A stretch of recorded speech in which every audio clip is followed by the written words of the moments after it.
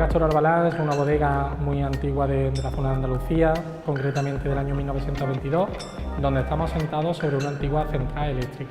Antaño precede de Bodega La Noria, del año 1844. Su propietario a día de hoy es Antonio Sánchez, conocido como el alquimista, porque todo el mundo lo entiende como una persona que en su día apostó por la crianza de Pedro Ximénez en bota estática durante mucho tiempo.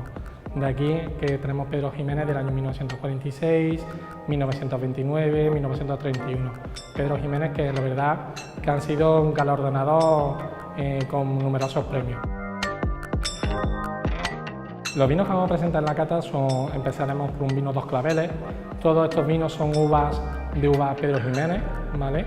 Hacemos vino joven afrutado como el Dos Claveles, después pasamos vino fino seco, Andalucía, como el fino Nagar. ¿Qué peculiaridad tiene? Que tiene una crianza de 10 años bajo velo de flor, ¿vale? A continuación después pasaremos por un vino oloroso, con una crianza de 15 años, pasando después ya a lo que son los Pedro Ximénez. Pedro Ximénez cosecha y después Pedro Ximénez Gran Reserva. Y como colofón final, uno de las añadas más recientes sacadas, que es el Pedro Ximénez del año 1973. Yo destacaría, como vino a destacar para esta cata, sería el vino Dos Claveles, ¿vale?